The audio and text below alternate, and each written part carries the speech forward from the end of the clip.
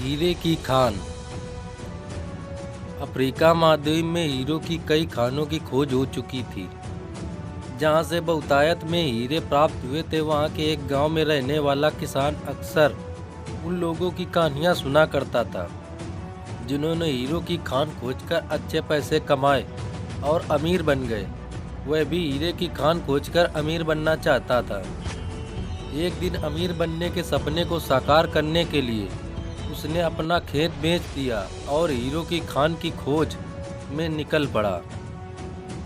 Africa के लगभग सभी स्थान छान मारने के बाद भी उसे हीरो का कुछ पता नहीं चला। समय गुजरने के साथ उसका मनोबल गिरने लगा। उसे अपना अमीर बनने का सपना टूटता दिखाई देने लगा। वह इतना हताश हो गया कि उसके जीने की तमन्ना ही समाप्त हो गई और एक दिन उसने नदी में कूदकर अपनी जान दे दी। इस दौरान दूसरा किसान, जिसने पहले किसान से उसका खेत खरीदा था, एक दिन उसी खेत के मध्य बहती छोटी नदी पर गया।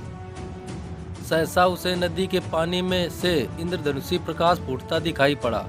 उसने ध्यान से देखा तो पाया कि नदी के किनारे एक पत्थर पर सूर्य की किरणें पड़ने से वह चमक रहा था। किसान ने झुककर वह पत्थर उठा लिया और घर ले आया। वह एक खूबसूरत पत्थर था।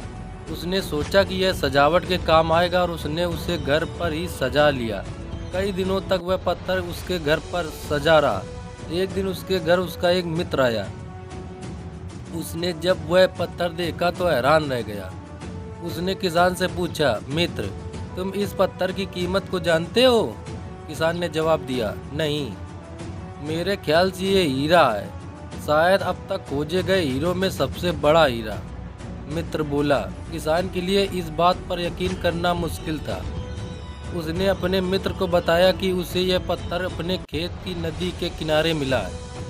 वहाँ ऐसे और भी पत्थर हो सकते हैं। दोनों खेत पहुँचे और वहाँ से कुछ पत्थर नमूने के तौर पर चुन लिए।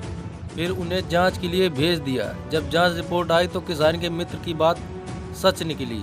वे पत्थर हीरे ही थे। उस खेत में हीरो का भंडार था। वह उस समय तक खोजी गई सबसे कीमती हीरे की खदान थी।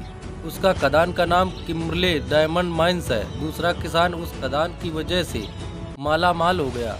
पहला किसान अमेरिका में दर दर भटका और अंत में जान दे दी, जबकि हीरे की खान उसके अपने खेत में उसके कदमों तले थी।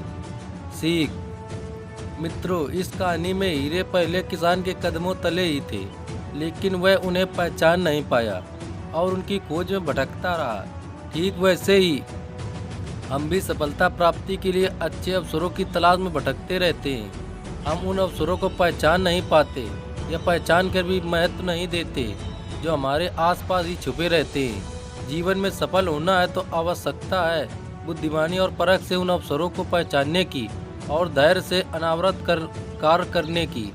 सफलता निश्चित है। आपको कहानी पसंद जरूर आई होगी। चैनल पे नए हो तो सब्सक्राइब कीजिए, वीडियो को लाइक कीजिए, शेयर कीजिए। धन्यवाद।